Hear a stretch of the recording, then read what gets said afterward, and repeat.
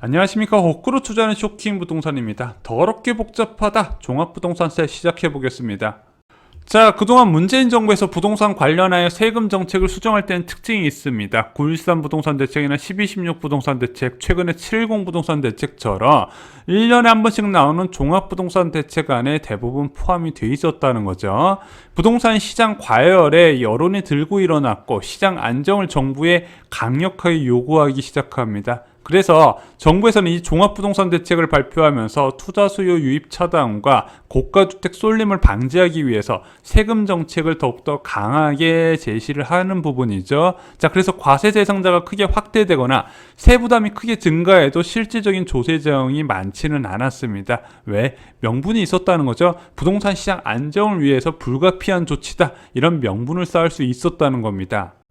자, 현재 부동산 정책의 일부 부작용이 보이더라도 이것을 수정하려면 명분이 있어야 됩니다. 자, 예를 들어 규제 완화책이 있으려면요, 부동산 가격의 고점 대비 크게 하락하여 어느 정도 규제 완화책이 필요할 때 이 카드를 쓸 수 있다는 거예요. 또는 너무 높아진 집값의 투자 목적 주택에 더 강한 세제 부담을 지우거나 만약에 이 명분이 충분하지 않으면 저항을 받게 된다는 겁니다.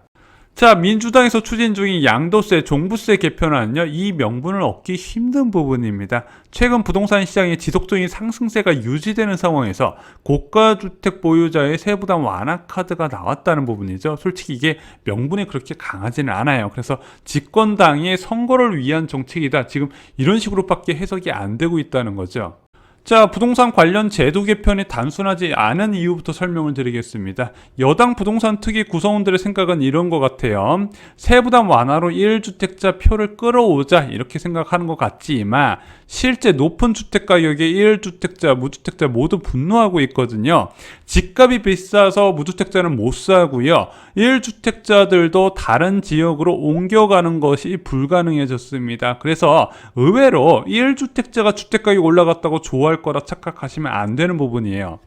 자, 이런 상황에서 1주택자, 고가주택 보유자의 세부담을 완화한다. 그럼 부동산 시장이 안정이 아니라 오히려 잘못된 신호를 보내서 더 주택가격이 오를 수 있겠네. 이 부분 때문에 지금 많은 무주택자들이 여당 지지를 철회하고 있는 부분이죠. 자, 이 명분 없는 부동산 세제 개편의 가장 중심에 있는 종합부동산세 이슈에 대해서 오늘 좀 정리를 드려보고자 합니다. 자, 더불어민주당에서 개편 중인 이 종합부동산세는요, 굉장히 복잡한 과세 체계로 되어 있습니다. 먼저 과세 기준부터 볼게요. 자, 이 과세 기준은요, 개인이 보유한 주택의 공시가격을 합산하는 방식입니다. 개인이에요. 일반적으로 세대가 보유한 주택을 합산하는데 얘는 개인이 보유한 주택을 합산하더라. 그리고 개인의 규제 지역에 두 채 이상 보유하면은 중과세율 대상이 되게 됩니다. 그래서 1세대 1주택을 단독 명의로 보유할 경우에 과세 기준은 공시가격 기준으로 9억 초과입니다. 9억 초과하는 주택에 대해서 9억 초과분에 대해서만 세율을 적용하는 거예요. 그 외의 기준은요, 이제 공시가격 6억 이상 부분입니다. 자, 그래서 얘는 인별과세제도, 개인이 보유한 주택에 대해서 과세를 하는 방식이다 보니까 가족 세대 구성원의 명의 분산으로 절세가 가능합니다. 대표적으로 아파트를 공동 명의하게 되면은 절세 혜택이 있겠죠. 왜? 인별, 개인한테 무조건 6억 원 정도의 기본 공제가 들어가기 때문입니다. 자, 당연히 부부 공동명의가 많아질 수밖에 없습니다. 유리하겠죠. 12억까지 기본 공제가 되지 않습니까? 야, 단독명의자는 9억인데 공동명의는 12억이네.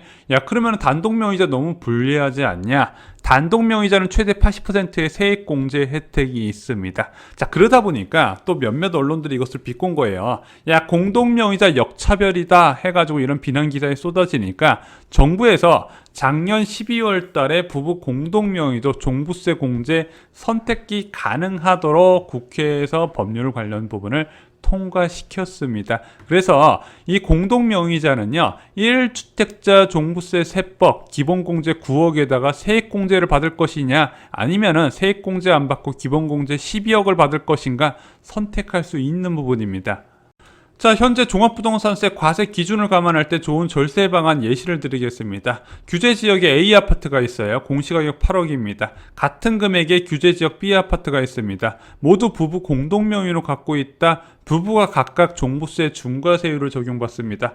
왜? 남편이 A아파트 지분 50%, B아파트 지분 50%, 규제지역의 2주택자 내 종합부동산세 중과세율 적용, 부인도 똑같이 적용이 된다는 거죠. 그래서 이런 경우는 부부가 각각 한 채씩 주택을 보유하는 것으로 하여서 1주택자의 종합부동산세 세율을 적용받는 게 유리하다는 겁니다. 자, 그래서 지금까지 현재 종부세 과세 기준을 설명드렸습니다. 자, 그런데 여당에서 추진 중인 종부세 개편 초안을 좀 보겠습니다. 여기에 어떻게 나와 있냐? 공시지가 상위 2%에 해당되는 인원에 대해서 과세를 한다고 합니다.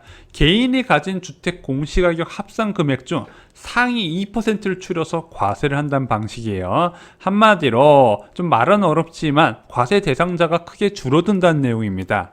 자, 과세 대상자 어떤 대상자들이 줄어들까요? 당연히 다주택자는 아니겠죠. 다주택자는 변화가 없습니다. 1주택자 중에서 공시가격 상위 2% 이내의 인원에 대해서만 부과를 하겠다는 거죠. 그럼 상위 2% 적용할 때 주택 한 채당 얼마까지 종부세를 한 푼도 안 내냐 봤더니 시가 16억까지 한 푼도 안 낸다고 합니다. 현재는 시가 13억부터 과세 기준이 되는데 한 3억 정도 과세 기준이 더 올라간다는 거죠.